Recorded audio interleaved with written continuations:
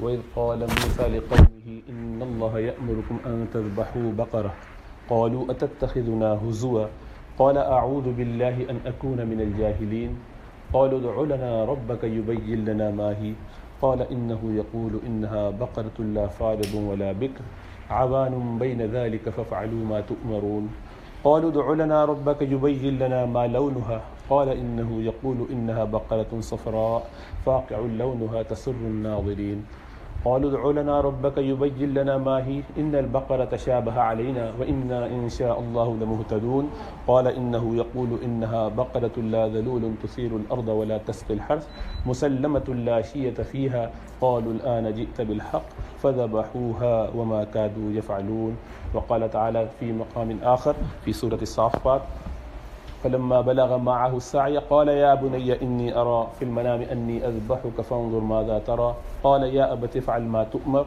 ستجدني إن شاء الله من الصابرين فلما أسلم وتله للجبين وناديناه أن يا إبراهيم قد صدقت الرؤيا سبحان صدق الله العظيم.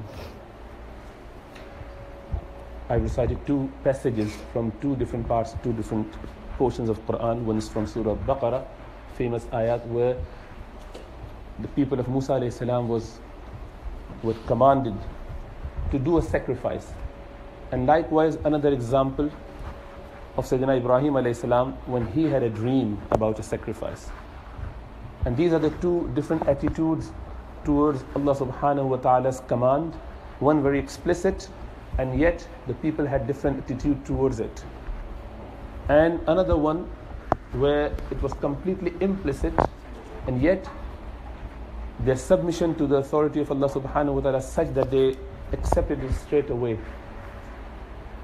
And there's big difference between the two sacrifices that Allah subhanahu wa ta'ala demanded. One was just a clinging on to something that they held valuable according to their background. Other one was just letting go of everything, as they say in Urdu, sare taslim kham hai jo mizaje yaar mein aaya. Just surrender ourselves to the will of Allah subhanahu wa ta'ala. Whatever Allah wills, we are happy to just accept that. That is the falsafa, that is the philosophy of sacrifice. So we just like to just share on those two attitudes, a little bit of explanation of that. And you know the story on both sides. It's just contemplation, a little bit of contemplation. Just compare, where do we stand? Which part of the spectrum are we on? Are we really following the Abrahamic path, which is the path of Rasulullah sallallahu alaihi wasallam, which is the path of all our prophets? Or we are towards the other side? So the first story goes where Sayyidina Musa alayhi salam, after he managed to get through the hurdle of the sea, they came out the other side. They managed to get themselves safe from the clutches of Pharaoh. Pharaoh and the team were drowned, and they, mashallah, have fantastic food and all the fun that they had. Water, their own tribal spring, Ithna Ashara Aina, they had plenty of food. All the fun that they could have in this world, they are free. Before that, for centuries, they were slaves and enslaved by Pharaoh. They were doing labor work there. So Allah subhanahu wa ta'ala showed them miracle after miracle, saved them from this and that problem, and they lived in harmony. But then Musa alayhi salam was called by Allah subhanahu wa ta'ala to come and visit us. And that was the time when Musa alayhi salam initially planned for 30 days, and he promised 30 days. Well, he said 30 days. But Allah subhanahu wa ta'ala held him for further 10 days, so it became 40 days. The people behind, they got a little bit uneasy. They've seen all those signs, the manna salwa and everything, and yet they started doubting the truth and the honesty and the true prophethood of Sayyidina Musa alayhi salam. They said, you know what, he's not come back, perhaps he's not going to come back. Let's just go and do whatever. And on their journey, when they were moving from one place to another place in this Wadi Tiya, they happened to see a group of people worshipping cows and idols. And they said, "O Musa, ij'al lana ilahan kama lahum aliha." Give us one of such physical God that we can worship as they are worshipping. We want a physical God. Musa said, "Are you crazy? What are you asking? Allah subhanahu wa ta'ala hasn't got a form or figure. You can't have a God like that. There's just one God. Don't you know that? This is the very basic foundational principle that we have. So how come you're asking about that?" And they said, "Oh, you just," because they were having it, we thought it'd be good to have something. See the similarity? They have their fun on their Eid day. Let's do something similar, musical, picture-wise, gifts, mixed gathering, bunting paper, all those sort of things, to please our children. They have this, or we have this. See, there's some similarity. So this is what people ask. Because they have this, we want it. Musa alayhi salam said, "Not at all." You read Surah A'raf about that and be amazed how these people were so thankless to all the bounties Allah subhanahu wa ta'ala has shown them. They've seen all those miracles right in front of their eyes, and they were completely oblivious to true submission to Allah subhanahu wa ta'ala. Anyway, when Musa alayhi salam got delayed, Samiri, the magician, he started confusing people by saying, "You know what, he's not going to come back. Let me get your God that you wanted. Give me your gold." So people started, not all of them, a big chunk of them started giving them the gold. He gathered it, he melted it down into a calf, a golden calf. He would put something, a piece of dust, and he made it such that it would make some noise when the air goes through it, like, some sort of musical instrument or something. But anyway, it started making some sound like a calf. You see, this is a miracle. The calf is making noise. The golden calf is saying, "Oh," type sound. Must be God. They started worshipping it. Now they are seeing a prophet with their own eyes. They're seeing the prophet talking to Allah subhanahu wa ta'ala. They're seeing prophet who managed to show them how Allah subhanahu wa ta'ala saved them with the sea splitting in front of their eyes. They're seeing 12 different fountains coming, springs coming out of nowhere for them to drink water from. They're seeing man and salwa coming down really from heaven right in front of their eyes. All those signs meant nothing to them.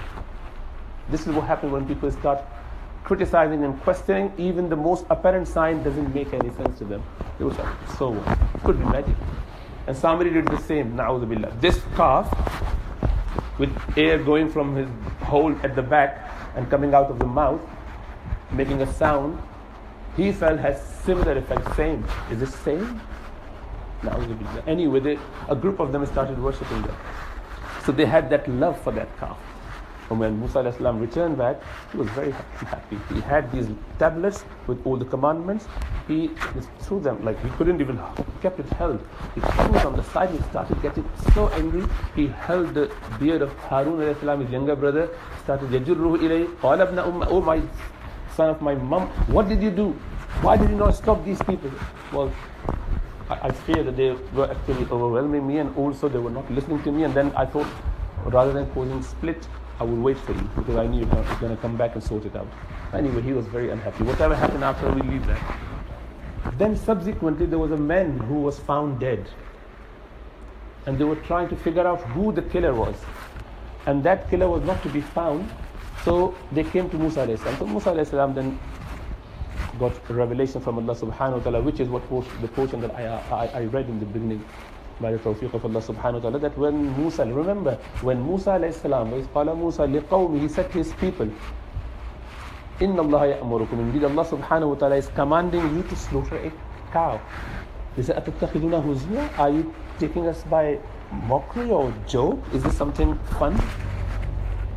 So why are you saying this? Meaning or hinting to the fact that you know our connection with calf. Yes, we repented, but we still have that connection. Don't ask us to slaughter a calf or a cow. This is what they were hinting to. Atattakhiduna huzwa? Are you mocking?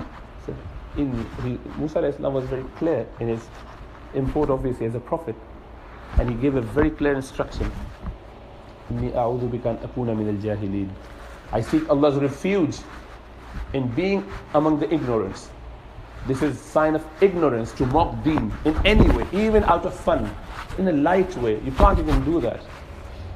It is impermissible. It is actually, it could take someone out of the fold of Islam when they mock Sharia. For whatever little thing, I was only joking. Not at all. This is what Musa alayhi salam is hinting, and it's preserved in the Quran for us to remember that you cannot mock Sharia even for anything, no matter what. And when someone is doing that, you shouldn't be sitting there. Allah mentioned it elsewhere. When people are mocking about our signs, out you go. You can't come and sit with them. Anyway, and it's quite common, by the way. In other religions, more so, and we are seeing among ourselves, people start mocking things which they don't understand, they don't see fit the society of today. So they start coming up with some nice, according to their pun, some punchline, something to mock it. Behave there before you follow the footsteps of people who were under the wrath of Allah subhanahu wa ta'ala. Allah subhanahu wa ta'ala said, ضُرِبَتْ عَلَيْهِمُ الذِّلَّةُ وَالْمَسْكَنَةُ. So we shouldn't be following their way. We rather have a way of صِرَاطَ الَّذِينَ أَنْعَمْتَ عَلَيْهِمْ, the favorite people's way. So may Allah give us tawfiq to understand that. Anyway, so they were not happy. So Musa alayhi salam, they said, okay, then describe us, what is this animal that you are asking us to slaughter? He spoke to Allah subhanahu wa ta'ala and he came back. He was Kalimullah. He could speak to Allah subhanahu wa ta'ala without any hijab. He was one of those prophets who could speak directly to Allah subhanahu wa ta'ala. And Allah subhanahu wa ta'ala said, okay. They said, tell us, ask your Lord, what is this cow? I mean, the question is very silly. If I ask you to do something, give me a glass of water, what is this water that you're asking? If someone is asking you, the Prophet is asking and telling you that Allah commanded you to slaughter a cow, and you say, what is this cow? May describe us. All the details about it should be very, very special. So, okay. The cow, Allah subhanahu wa ta'ala says, is not very old, neither very young. In between, like not a baby, but somewhere youngish, but strong. Okay? Then they said, we're not clear. There's one point missing, Musa alayhi salam. Go and ask your Lord again, what is the color of this cow? What difference would it make? Go and get a cow, get it. No, because they had that connection, so they didn't want to do it. وَمَا كَادُوا يَفْعَلُونَ. This is what Allah said. They did it, but they were not. They're trying their best to not and get something else in place. And yet, Musa alayhi salam was so kind, he would just keep going back. Ya Allah subhanahu wa ta'ala, they want to know the color. Okay, إِنَّهَا صَفْرَاء, light brownish color. تَصُرُّ النَّاظِرِينَ فَاقِعُ لَوْنُهَا. Color is so bright and beautiful that the onlooker loves it. It's attractive. You look at that and you feel, wow, that's a beautiful color. That's how the color should be. Okay, yes. Musa, go back one more time. We're not quite clear. There's some more detail we want, because it can't be any cow. Since we are slaughtering it, it must be something very, very special. And we're slaughtering a cow. Again, problem. I can't be slaughtering any cow. It has to be the best of the best. So I have a picture with it, with my certificate and the name and the money that I spent on that. See the mockery that's going on in the world? Go to Pakistan, you'll find the biggest ever cow. I'm from Pakistan, by the way, so don't feel offended if you're from Pakistan. Millions of rupees are wasted on those cows. Some for good reason, very few for good reason, to be honest. And who got the biggest cow certificate for that year? By the government, whoever, on the council, whoever does it. We're talking about millions of rupees, and in pounds it's more than hundreds of thousands. It's quite a lot. It's crazy amount. Crazy amount. I've seen some of them. They're literally my height. They're fed on butter and almonds. This is their normal food. Their staple food is what you together can't afford sometimes. Amazing. Anyway, so they had it, and they said, we want some more clarification on that. And then Allah subhanahu wa ta'ala said, okay, this cow doesn't do any plowing, it's not used for any drawing water from the well, and there is no blame, no blemish, if you say blemish, a spot, spotless, never been used for any work. Now this is a very royal cow. If you have a cow like that, you literally, I don't know why you're raising this one, because the purpose of cow has to be there, but this cow is not big enough to have delivered a baby yet. It's not been used for anything. It's not done any work. It's a princess. Find someone, something like that. He said, now Musa, you have given us all the description we were looking for. We will find out such cow. And they started going out, finding out that beautiful cow somewhere. And they finally found one, because Allah kept one for them, because Allah knew what they're going to do. They got that cow, and the villager said, yes, I have got cow. With that description, what do you want? We want it. Oh, how much are you going to pay for that?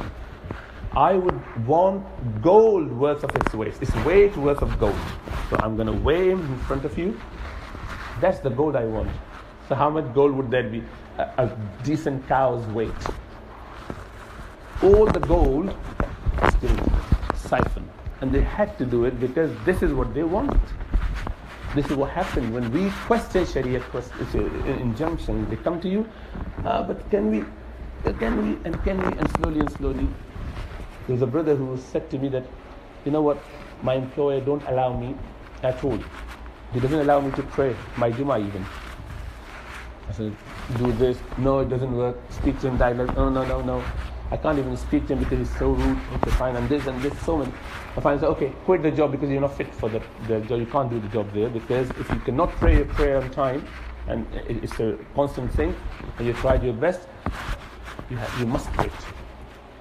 I knew that he could speak to the boss, but he wasn't willing to face saving, and he's embarrassed about that. And the minute, I'm not saying to you guys, this was a specific fatwa to him. And the minute mentioned to him, he said, let me try speak to him once at least. And the next day he came to me and said, Wallahi, I spoke to him, he was so kind. He said, yes, you can pray. So what he was trying to do, I knew was, knowing him for a long time, find me a way so I don't have to go to masjid to pray. Because in that break, half an hour break that he said, go and pray and come back, I would have to sacrifice my break. For Jummah, I would rather do 5 minutes Dhuhr on my own and have food. Wouldn't need to go out. So I knew where he was coming from. So sometimes, if you know the individual, you can twist their arm a bit better. But anyway, so this is what happened. If you keep pushing Sharia, that is why Allah says, لا تسألوا عن أشياء تبدأ لكم تسؤكم. Don't ask about questions. Don't about certain things. If Allah subhanahu wa ta'ala exposed them to you, it would be painful. And this is what they have done, these people. And this is exactly what they did. And they had to slaughter. But they got that most expensive special cow only to be slaughtered. On a piece of that, Allah subhanahu wa ta'ala. So whatever happened, leave that, because that's not the idea. The idea is a very clear instruction from Allah subhanahu wa ta'ala as a revelation through a prophet directly to people together, just to slaughter one cow. And they had all different excuses and questions and concerns, unwillingness, and finally they did what they did. That's one. Second story is that of Sayyidina Ibrahim alayhi salam. Now Ibrahim alayhi salam, he just saw a dream. And when he saw a dream, as you know the story, it's just a dream. For us, it's just a dream. For prophets, the dream is a true dream. Okay, when the prophets have a dream, that's revelation. In the revelation, even in the dream, it was not a command from Allah subhanahu wa ta'ala directly. It was not that, oh, Ibrahim, go and slaughter your son. It was made for Ibrahim alayhi salam in the dream that he is doing it. He saw himself slaughtering his own son. He woke up and said, Ya abati. Now this boy is about 11 to 12. That's the age. فَلَمَّا بَلَغَ مَعَهُ السَّعْيَ. When he started doing a bit more activities, running here and there, a bit more, strong. And you know the background of Ibrahim alayhi salam's this son. We'll come to that in a second. Now this Ibrahim alayhi salam's son, so first thing in the morning, he said, oh my son, oh my beloved son, I saw myself in the dream that I am slaughtering you. Tell me, what do you think? This is what Ibrahim alayhi salam is saying. Tell me, what do you think? This is an 11, 12-year-old boy, and it's a matter of him, not Ibrahim alayhi salam. It's a big sacrifice from Ibrahim alayhi salam. He is the one to be slaughtered. And he should say, ideally, if you, Dad, what happened to you? I was just this much. You left me with my mother in the open desert without any shelter, any food. Then you came only once in between, maybe. This is the second time you came and you were here to kill me. Are you really my dad? Do you really hate me or what? What have I done to deserve that? And if you really want to do it, why don't you wait for the command from Allah subhanahu wa ta'ala directly to you? And it hasn't come to you yet. It's just a scene that you've seen. It would manifest maybe at some point. Maybe it didn't mean now. It means 10 years time. Let me live a little bit of life so that I become... No such thing. You know what he said? Ya abati, if'al ma tu'mar. He said, oh my beloved father, do what you are commanded by Allah subhanahu wa ta'ala to do. Mean, don't even wait. This is a command from Allah subhanahu wa ta'ala, and I know you are a prophet of Allah subhanahu wa ta'ala, and I know your dream is true dream. This is command from Allah subhanahu wa ta'ala. I don't need to tell you. You know it. Go. You don't even think about it twice. So the Mufassirun would say Ibrahim alayhi salam was testing the son, how much abilities, how much learning he has had from the beloved mother, the best of the best mothers. Amazing, amazing mother. 20-year-old when she looked after this small baby on her own. And what she did to find water, we all know. Our people are gonna do this today. Running, following her footsteps. All men following every prophet after that time had to follow the footsteps of this lady, Hajj alayhi salam. Amazing lady. Amazing, amazing lady. And she, the way she nurtured the son was such that son has come up with this. Ibrahim alayhi salam obviously was very happy with that. Took the boy straight away. Obviously, there must be so many different things going in the mind of mother, son, father. And that's where, on each of those steps, once it was the father. Shaitan came to him. What are you doing? This is your son. Think about you. Maybe tomorrow. Delay. It's only first thing in the morning. Can we just do? Started throwing stone at him. He threw 7 stones at him. And that's what we are going to do today. The Haji is there, the pilgrims there in Mina. The biggest one. Then come to Hajra. Mom, what are you doing? This is your body part you've been nurturing. He doesn't even care. He would go back to his other side. She started throwing the stone. Not even going to entertain any silly thought. This is coming from my Lord, and I trust my husband, I trust my family. She didn't even beg him. Mom, amazing. And no way, no way. And then they came to Ismail, Ismail, what are you doing? You're only young. You haven't seen anything. This is just your life. Same thing.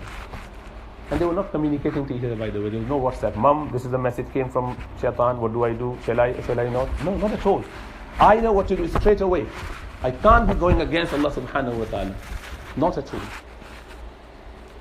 Amazing people. Now look at those two stories. So Allah subhanahu wa ta'ala has commanded this first group clearly, and what was their attitude.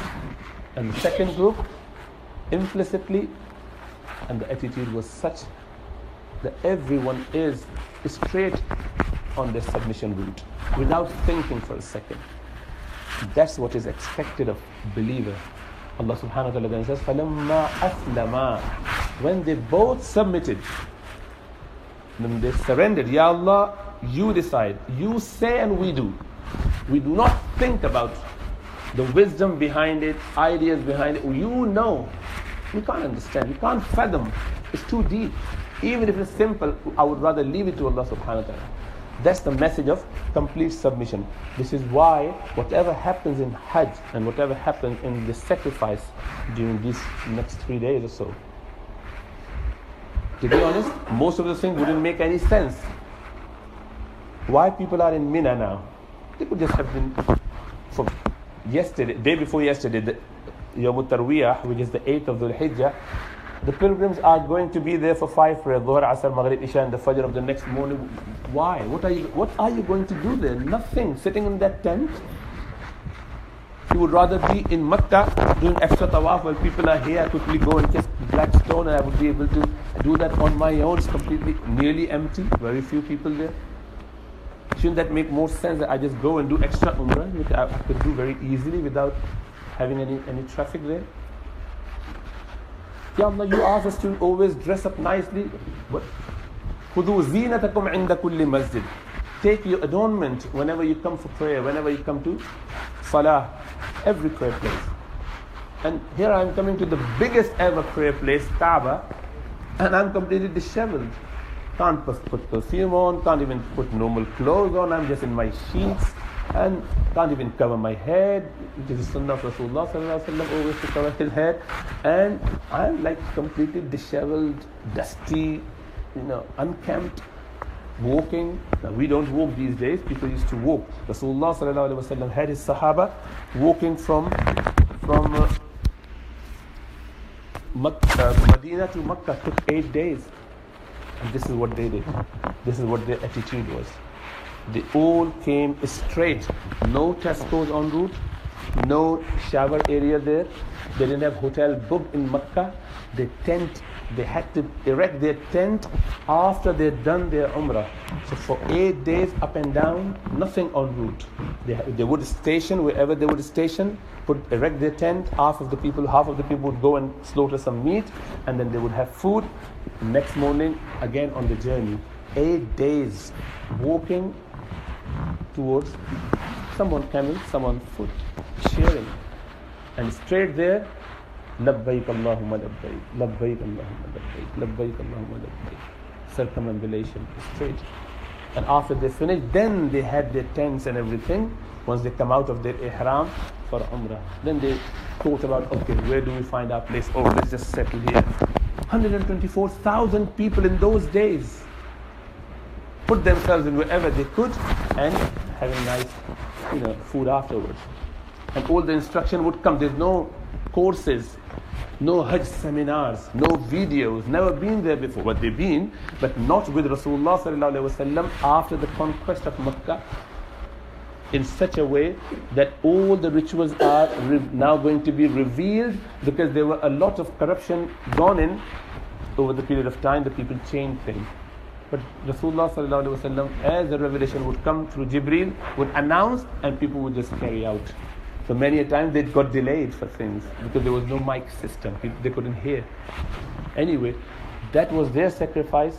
This is what our forefathers always followed the footsteps of. I leave it to you to think about your life, your family, your children, your subordinate. Where do we stand? What sacrifice you make and I make? When I was coming today, I looked at myself and said, can we just do a little bit?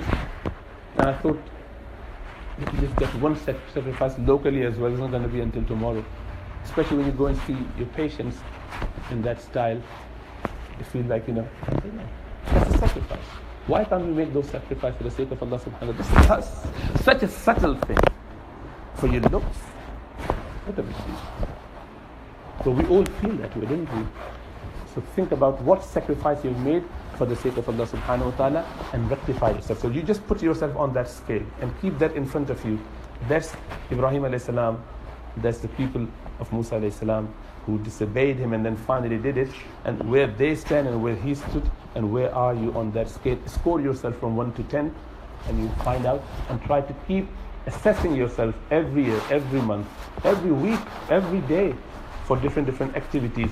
Am I more on this side? At least be on a 50% mark, so at least we have mercy of Allah subhanahu wa ta'ala. Allah says, we are Ummat al-Wasat. So Ummat al-Wasat is the middle ummah. The middle ground demands that we should be somewhere in the middle.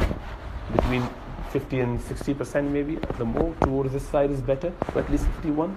So we do not want to be on the other side. May Allah give us tawfiq. أقول قولي هذا واستغفر الله لي ولكم ولسائر المسلمين فاستغفروه إنه هو الغفور الرحيم. السلام عليكم ورحمة الله وبركاته.